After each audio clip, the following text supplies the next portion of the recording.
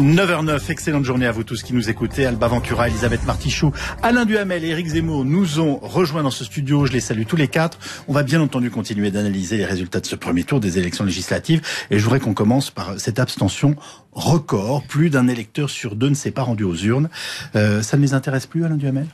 Écoutez, il y a beaucoup de facteurs. Le premier facteur, c'est que la plupart ont pensé que c'était joué. Et donc, ça n'est pas très mobilisateur. Ensuite, il y a le fait qu'on est en campagne depuis 1 an et demi. C'est quand même la campagne la plus longue qu'on ait jamais connue si on intègre les primaires. Oui. La plus longue. Bon, on parle sur le marché, on sait très bien que maintenant, l'ordre du calendrier, qui n'est pas forcément intangible, mais l'ordre du calendrier fait que la campagne présidentielle vampirise la campagne législative. Et si on ajoute à ça ce qui était l'originalité de cette année, c'est-à-dire un mouvement général de dégagisme, le dégagisme, ça n'est pas mobilisateur pour un second tour. C'est ça, c'est... Pour un second tour, je veux dire... Oui, mais le second tour, c'est législatif par rapport au présidentiel. Alba Ventura. Je trouve que le fait marquant, c'est la démobilisation. Démobilisation de l'électorat des opposants à la République en marche, à Emmanuel Macron. Les 4 partis, que ce soit les Républicains, le Parti Socialiste, le Front National ou la France Insoumise, sont en recul historique. Et je crois que c'est la déception, c'est la faillite de ces partis, c'est la faiblesse de ces partis qui a fait que finalement, les gens ne sont pas allés voter. En fait, ils ont voté la République en marche pour combler le vide provoqué par ces partis-là. Et c'est vrai que le Front National, puisque vous parlez des partis d'opposition, c'est là où on voit l'échec du Front National, qui avait réussi à mobiliser un électorat, notamment ouvrier aux dernières élections, et avec adhésion au projet, et qui là n'est pas venu. Et on va en reparler sans doute du Front National, mais dans l'abstention, il y a déjà cet échec cuisant du marinisme qui n'a pas réussi à s'imposer. Donc en plus de tout ce que Alain a dit de façon très docte, et avec l'inversion du calendrier électoral. Comme le disait Jean-Pierre Raffarin tout à l'heure avec nous, Yves, la législative est devenue une élection secondaire. Est-ce que la République est en marche sans les Français, d'une certaine façon, en tout cas la moitié d'entre eux ? Les 24 millions qui n'ont pas participé à ce scrutin. Moi, je n'ai pas du tout été étonné par cette abstention massive. Que vous aviez prévu. Exactement, pour 2 raisons. Parce que Alain a tout à fait raison de dire ça fait 1 an et demi de campagne, patati patata, donc les gens sont épuisés. Et surtout... Enfin, non, il n'a pas dit patati patata. Oui, mais je ne vais pas répéter ce qu'il a dit. Non, mais moi j'interviens, parce que quand même, il ne faut pas exagérer. C'est pour désacraliser le docte de tout à l'heure. Donc voilà. Ça vous rend jaloux. Ça vous rend jaloux. Non, alors sérieusement. Donc il y a toujours eu ça. Les victoires aux législatives, avant c'était une dissolution provoquée par le président Mitterrand, et là maintenant elle est d'office, puisque le calendrier a été inversé. À chaque fois, la victoire du parti du président se fait sur le retrait des électeurs d'opposition. Ils ne viennent jamais. Le désengagement. Exactement. Ils ne viennent jamais. Pour 2 raisons. D'une part, parce qu'ils estiment qu'ils ont perdu. Et deuxièmement, tout simplement parce que les électeurs, les Français, sont imprégnés par la Ve République. Les Français sont trop fair-play. Ils sont cohérents. Non, ils sont 5e République. C'est-à-dire que, moi, je pense que le grand vainqueur, ce n'est pas Emmanuel Macron, c'est le général de Gaulle. C'est-à-dire que la Ve République... Non, la Ve République, c'est une monarchie républicaine, on l'a dit 1 milliard de fois. Donc, la monarchie, c'est que le roi a gagné, et le roi doit se débrouiller maintenant. Les Français lui disent, ciao, à toi de jouer. Nous, on s'en occupe plus. Donc, les électeurs qui veulent lui donner la majorité viennent, et puis ceux qui ne veulent pas lui donner la majorité lui disent, mais de toute façon, on ne veut pas te combattre, c'est toi qui vas diriger, tu es le roi. C'est tout. Ça ne pose pas un problème de légitimité ? De légitimité, non. Mais non, il a la légitimité, justement. Macron a eu les 2 tiers des voix au second tour. Son parti, qui n'existait pas il y a 1 an, a 33% des voix. Il aura plus de 400 députés. Plus de 400 députés, on a déjà vu ça, plus de 400 députés. Mais il n'empêche que pour un parti qui n'existait pas, c'est quand même impressionnant. Et là, on peut encore reprendre d'ailleurs la comparaison avec le général de Gaulle en 58. On voit très bien que on est dans une phase non seulement de renouvellement, ce qui était le cas aussi en 58, de renouvellement d'une autre génération politique, mais de recomposition, et que les périodes de vraie recomposition politique, ça n'est qu'un début. Et c'est beaucoup de questions se posent maintenant pour savoir si les socialistes resteront socialistes ou seront vampirisés par En Marche, pour savoir si les Républicains resteront cohérents ou vont se diviser, etc. C'est une recomposition qui commence, une réinvention. On entend des termes incroyables. Ce matin, Jean-Pierre Raffarin parle de présomption de confiance à l'Assemblée nationale. Enfin, c'est une illustration de ce que je disais. C'est pour ça que je me permets de le citer. Vous avez raison. Alba Ventura. Je trouve qu'elle ne le prive pas du tout de légitimité, cette abstention, mais elle est quand même un avertissement. Ah oui. Parce que il n'y a pas un blanc-seing qui est donné à Emmanuel Macron avec cette abstention. Justement, c'est un blanc-seing. Non. Oui, justement, on vient pas parce que justement, c'est à toi de diriger. Oui, c'est à toi de diriger, mais tu n'as pas droit à l'erreur. Tu as un impératif de réussir. C'est ça qu'il leur dit. Si les autres ne vont pas voter, ils laissent gagner La République En Marche. C'est ça qui s'est passé exactement hier soir. Et ils lui disent: ok, maintenant c'est à toi de gouverner, mais tu n'as pas le droit de te planter. Oui, mais ceux qui auraient été opposés à au programme d'Emmanuel Macron, ils sont pas venus. Non, c'est bien ce que je dis. C'est pour ça qu'effectivement, c'est pas un blanc-seing, mais il n'y a pas eu non plus dans les urnes hier une volonté de dire à Macron, surtout ne fais pas ce pourquoi tu as été bien ce que je dis. Elisabeth, il obtient 32%. Raison d'ailleurs. Il obtient 32%. C'est à la fois. Ah oui, c'est 32%, c'est à la fois très puissant et c'est à la fois très faible, parce que 32%, vous réunissiez pas la totalité ce qui est faible, c'est des électeurs et des Français. Ce qui est vraiment, il y a l'abstention, mais l'effondrement des partis traditionnels est tellement spectaculaire que c'est, de mon point de vue, encore plus intéressant que l'abstention. Alain Duhamel, je vous donne tout de suite la parole. Je vous en prie. Oui, il ne faut pas oublier quand même qu'en dehors de ce qui est négatif, c'est-à-dire le taux de participation, qui est négatif, c'est un épuisement démocratique. Bon, en dehors de ça, bien sûr, épuisement démocratique, c'est une formulation inquiète.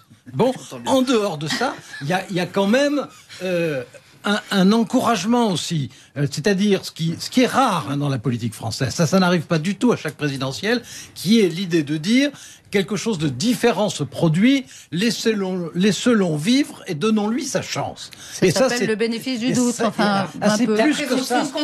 C'est plus que ce qui s'est passé aux 3 élections présidentielles précédentes. C'est quelque chose qui est original, mais qui est lié aussi à ce mélange de dégagisme et d'espérance. C'est peut-être exagéré, puis si je dis espérance, ça va désespérer Eric et ça m'ennuierait un matin. Encore plus, vous voulez dire, c'est pas possible, je pense. Oui, Eric. Non, allez-y. Je voulais vous faire réagir quand même à ce chiffre qui a été donné par Olivier Bost il y a quelques instants, et il dit tout de la situation, il dit tout d'une partie de la situation politique. Il n'y aura que 7 duels, je dis bien 7 duels, entre les socialistes et les républicains. Formidable, ce chiffre. Voilà, au second tour de ces élections législatives, c'est-à-dire les deux partis les plus puissants de ces 40 dernières années, les deux pays qui nous ont gouvernés. Yves, on l'a déjà dit lors de la présidentielle, c'est fini. Le Parti socialiste et les Républicains, c'est fini.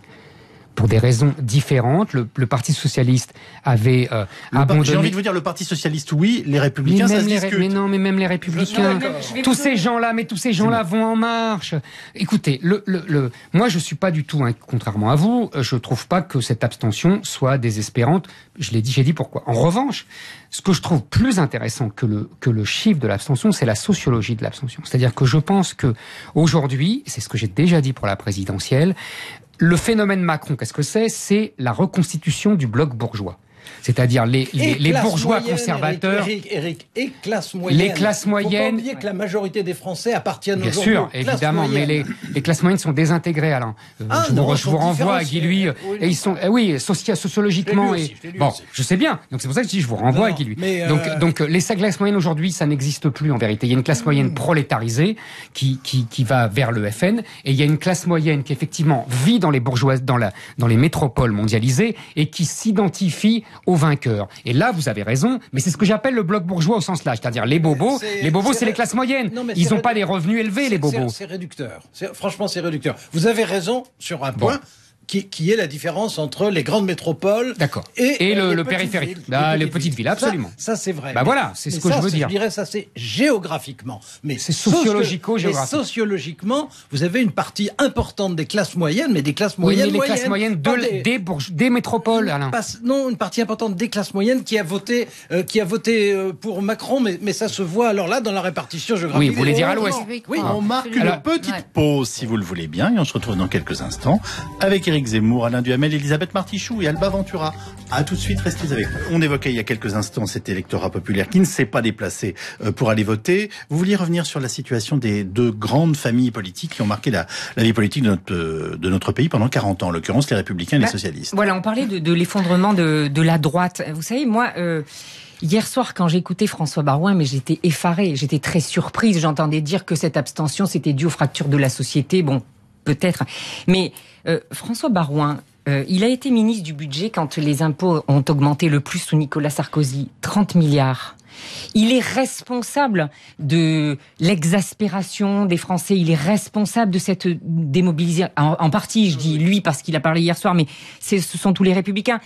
Et ils viennent nous expliquer tranquillement, sereinement, que cette abstention, c'est quand même pas possible, que cette démobilisation, ils ne la comprennent pas, etc., sans faire un brin leur autocritique. C'est ce que je vous disais tout à l'heure.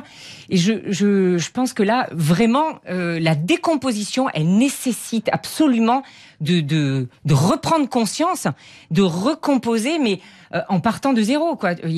On peut plus avoir des républicains, enfin une droite qui se comporte de cette manière. Alain Duhamel ? Non, moi je ne vois pas les choses comme ça.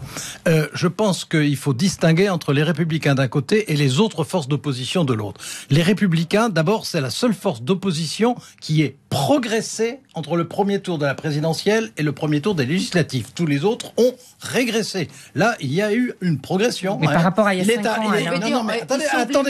Ils sauvent les meubles. Voilà. Oui, mais c'est 21,5, ils étaient à 19,5, ils ont progressé. Bon, la deuxième chose, c'est que le principal groupe à l'Assemblée, ça sera évidemment eux. Bon, et la troisième chose, c'est surtout... Ils étaient en rivalité, c'était un des enjeux de la présidentielle. Ils étaient en rivalité directe avec Marine Le Pen. Voilà. À la présidentielle, c'est Marine Le Pen qui est arrivée en tête devant François Fillon. Cette fois-ci, ce sont les Républicains qui sont arrivés largement devant le Front National. Ça veut dire quelque chose. Ça veut dire que c'est quand même une tradition, un tempérament, une psychologie. Alors je reconnais qu'en matière idéologique, il y a beaucoup à leur reprocher, notamment une absence de travail et une absence de courage. Mais il y a un courant qui existe, qui est d'ailleurs un courant, ça fera plaisir à Éric, mais qui est un courant de 2 siècles. Et ce courant-là, il subsistera. Et je pense que les Républicains seront la force d'opposition dans 5 ans. Oui, alors on ajoute 2 choses, on l'a déjà dit, mais on le répète sur cette antenne. Effectivement, ils sauvent les meubles, vous avez raison, parce qu'ils avaient peur à un moment d'être derrière le Front National à l'Assemblée nationale. Mais jamais ils n'auront été aussi faibles que cette fois-ci sous la Ve République à l'Assemblée. C'est quand même historique. Plus de la moitié. Et par ailleurs, ce que j'ajoute, c'est que si effectivement LR sauve les meubles, on verra dans quelle proportion dimanche prochain, avec des députés qui ont déjà dit qu'ils étaient pro-Macron par parenthèse, le PS, lui, certains, oui, dont certains députés qui, je dis à l'intérieur de ce bloc LR qui sauve les meubles, il y a ceux qui, comme Solaire, Riester, etc., seront élus parce qu'ils se sont accrochés à la marque. Mais le PS, c'est extravagant. C'est au-delà du tsunami. C'est une disparition pure et simple. Je veux dire, on n'a même pas de mots pour dire ce qui leur arrive. C'est d'une violence inqualifiable pour eux. Ils disparaissent. D'un mot, avec l'autorisation exceptionnelle d'Yves. Ce sera celle d'Éric Zemmour qui est bien patient. Non, mais d'un mot. Je pense que le Parti Socialiste se porte très bien, qui remporte un vrai triomphe parce qu'il s'appelle maintenant La République en marche. Mais évidemment. Alors, je voulais vous entendre sur... Marine Le Pen prétendait à être la première force d'opposition, c'est maintenant que ça n'est pas le cas. Alors, Marine Le Pen, il y a 2 choses. D'abord, il y a toujours un retrait des législatives par rapport à la présidentielle pour le Front National. Toujours, même au temps du père, etc. Tout simplement parce que on a là des électeurs populaires qui ne viennent jamais aux élections, sauf à la présidentielle. qui ne votent pas d'ailleurs, ce qui permet aux partis jadis socialistes et républicains de gouverner les mairies, etc. Deuxièmement, il y a un phénomène proprement, je crois, lié à Marine Le Pen. Je pense que depuis, je l'ai déjà dit ici, je pense que depuis son débat de l'entre-deux tours, elle n'est plus légitime. C'est-à-dire que nous avons là, à droite, la culture du chef. Le chef doit être légitime. Bonaparte doit être légitime. Le général de Gaulle doit être légitime. Le chef doit être toujours légitime. Là, il a montré. Non. Oui. Et alors, qui est légitime, mais d'ailleurs, Chirac après 88 a été très contesté, je vous le rappelle, parce que justement, et il n'avait pas été aussi ridicule que Marine Le Pen il y a un mois. Donc je pense qu'elle n'est plus légitime. Alors maintenant il y a un problème. Je finis. Et vous allez conclure du coup. Bon très bien. Je pense que. En 30 secondes. Moi je suis pas d'accord avec Alain quand il dit les Républicains. Je pense que les deux partis, le Front National et les Républicains, ont montré aujourd'hui que séparément ils sont morts et qu'ils n'arriveront jamais au pouvoir. Et que les Républicains, la droite, elle part de 49% Alain en 1981 et elle finit à 20%. N'oubliez pas que les Républicains, c'est l'UDF et le RPR. Le RPR, il faisait tout seul 20%. Donc, vous voyez, c'est une dégringolade inouïe. Donc, là, maintenant, on voit bien, c'est soit ils meurent séparément, soit ils survivent ensemble. Je dis bien ensemble parce que de toute façon ça va casser les Républicains. Ça mériterait un débat complet. C'est très bien, on va se retrouver très prochainement sur cette antenne, à n'en pas douter, notamment au second tour de ces élections législatives. Merci infiniment Alba Ventura, Elisabeth Martichoux, Éric Zemmour et Alain Duhamel. Dans quelques instants, nous accueillons Julien Courbet.